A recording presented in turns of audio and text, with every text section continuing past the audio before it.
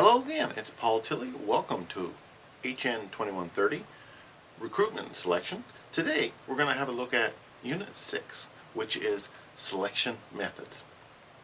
Now as we move through this course, you're going to see that we're following a natural progression for how people join an organization. From the organization's perspective, the organization goes out and attempts to find qualified people to work for them, and it develops a large pool. So there's a large pool of potential people who could work. And the idea is we want to be able to find the best people. So who best meets this fit between what the organization needs and what the people can bring.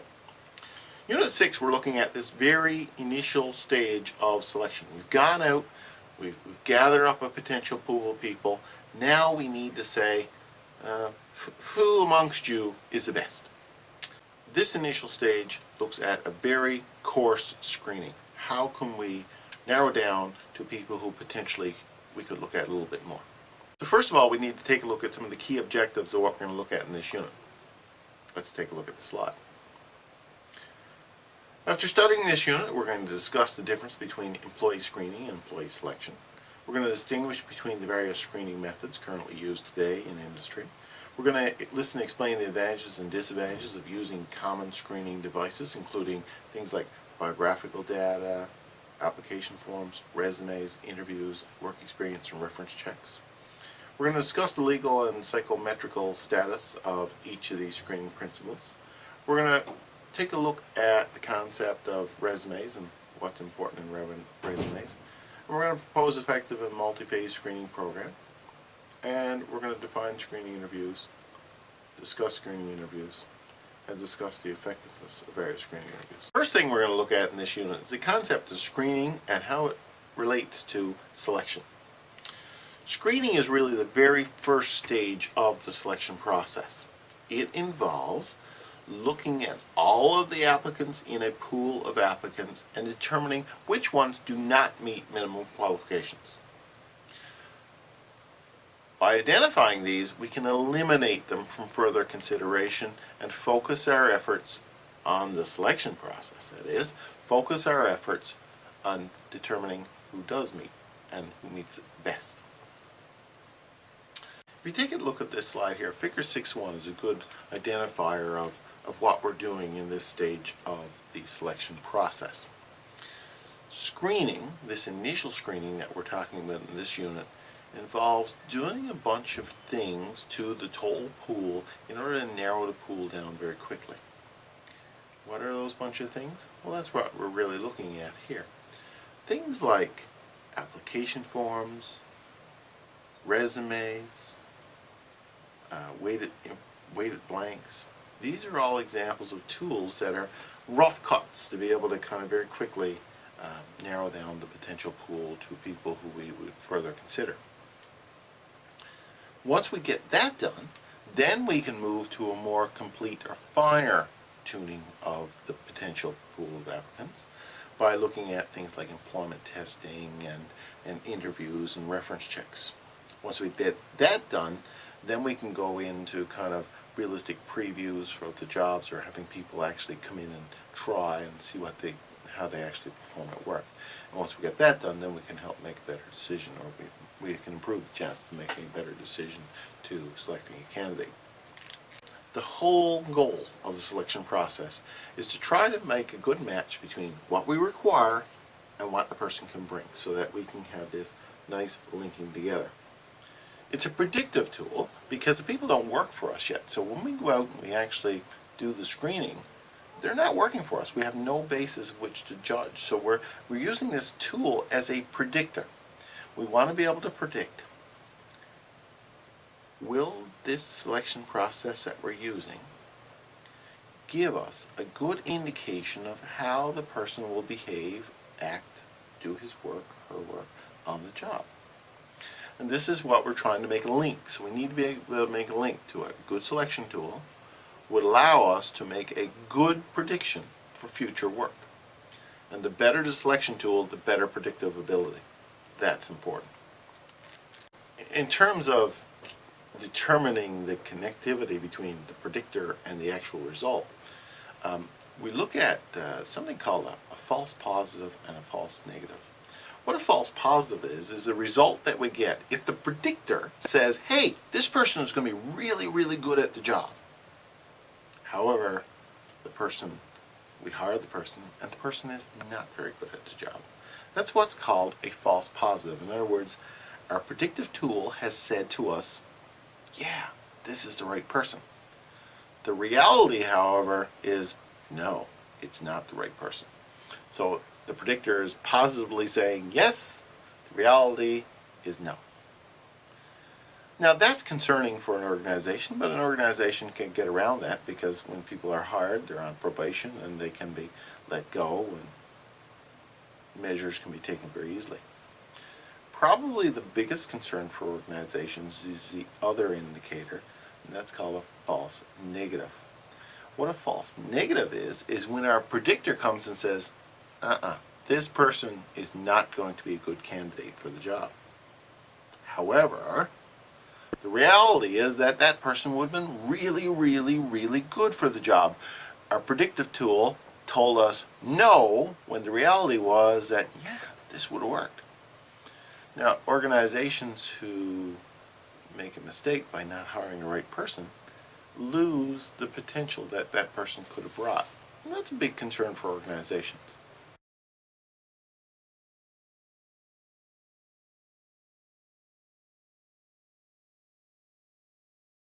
So we need to take a look at some of these first cut tools that are used in order to kind of narrow down the pool of potential applicants. When we look at that, there are 4 or 5 common ones that are used by most industry, and we need to be familiar with each of those. First, we're going to take a look at something called an application form or an application blank. What an application form or an application blank is, it is a standardized document that a person will fill out either on computer or on paper. And that standardized document will ask the same questions of every single individual. Name, address, experience, so on. One of the things with this is it makes a great preliminary screening tool. It also provides consistency across all of the applicants because everyone answers the same question. The concern, however, is that we need to be very, very careful about the questions that are asked. And this is where our human resource department comes in an organization. Certain questions, for example, what is your marital status, are forbidden to be asked by human rights legislation. So you need to be familiar what the legislation will allow you to ask and what the legislation will forbid you from asking before you develop an application form. They're wonderful tools, especially for initial screening, but they have to be done very carefully. So many organizations choose to go with a standardized form. So this consistency, this ability to do a quick and dirty cut makes application forms a wonderful tool. Now, second type of application form is something called a weighted application blank. Sounds like a fancy name, and really it's no different than an application form. The difference is how the information is applied. What a weighted application blank does is it puts weights on certain responses. Let's say, for example, the question is being asked, how long have you worked, or what is your work experience? Some people will say 0, I haven't worked at all. Other applicants will say I've had 5 years experience, 10 years experience, 20 years experience, and so on. The critical thing that we need to do with a weighted application blank is to put a weight on the answer, meaning that someone who has no experience, that gets a little weight. Someone who has lots of experience, that weight's very high. So not only do we get the information, we get to be able to scale it and say, yes, that person has a great deal of experience, that person has little experience. Also within the questions themselves, if we look at the weightings, certain questions will have more value in terms of predictive ability than other questions on the application form. Yet another type of application form that is often used is something called a biographical information blank. Again, it's an application form, but the questions that are asked tend to have little to do specifically with the job that we're asking about. Take, for example, you could ask, how many jobs have you held in the last 10 years? Well, you say, well, what relevance is that to the job? But it could be a good predictor for the company in determining whether or not you are committed to a given job. So if you've had 10 jobs in 10 years, someone would look at that and say, that person tends to be a job hopper, someone who doesn't stay around. And if you're a company who has to invest money in hiring people, and once they're hired, you're going to invest money in training them, you don't want a job hopper. You don't want someone who would leave your place of work when you offer the job, they're gone again in 3 months, and you have to replace it all over again. Yet another type of analysis that's used for initial screening is resume analysis. And this is a very subjective type tool, but essentially what we do is we ask for resumes, and we review the resumes, and based on our review of the resumes, we determine whether or not that individual has a fit for this organization or not. So, we can think of, what does the resume bring? Well, it offers valuable insight into past experience. What did the person do? It says that. It also indicates gaps in the career. So, for example, if you worked from 2000 to 2010, and then you didn't work, and then you worked from 2012 to 2013, somewhere there's a gap, there's a hole in your resume. So what did you do in that time? Why did that happen? Were you in jail? Did you not want to work? What were some of the indicators there that could potentially point towards some challenges in a job situation?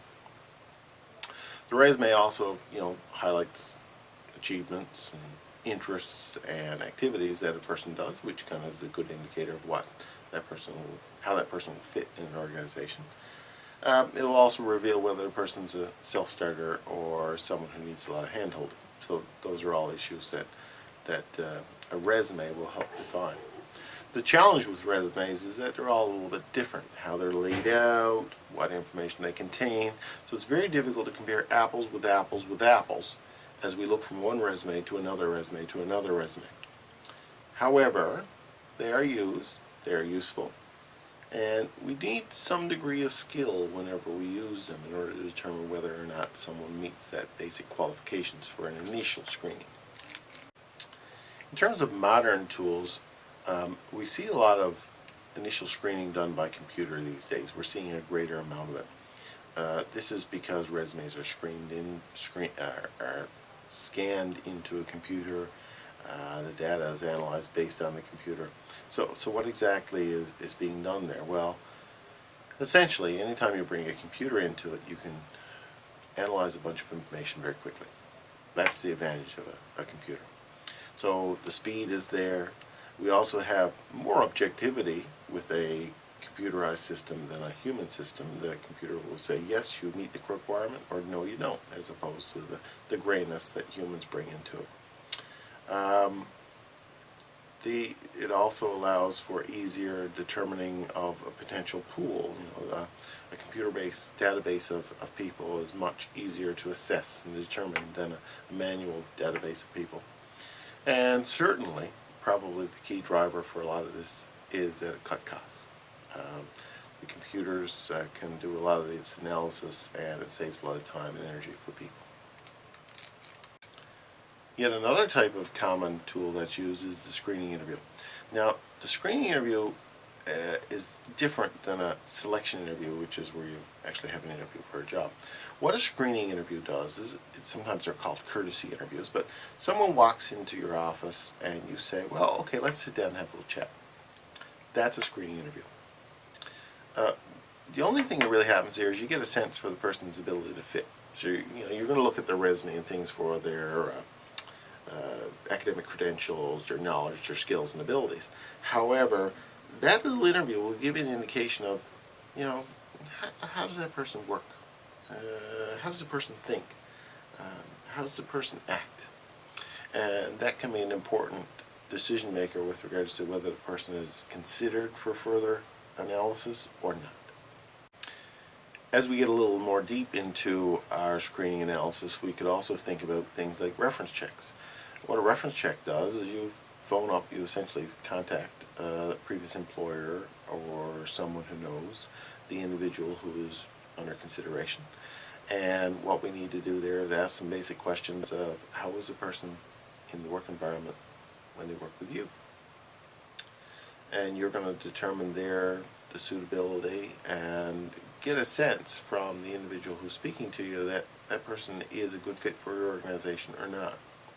Now, there are some problems with reference checks. First of all, will the person tell you the truth? Will the person tell you the full truth? Or is context a little bit different for you versus them?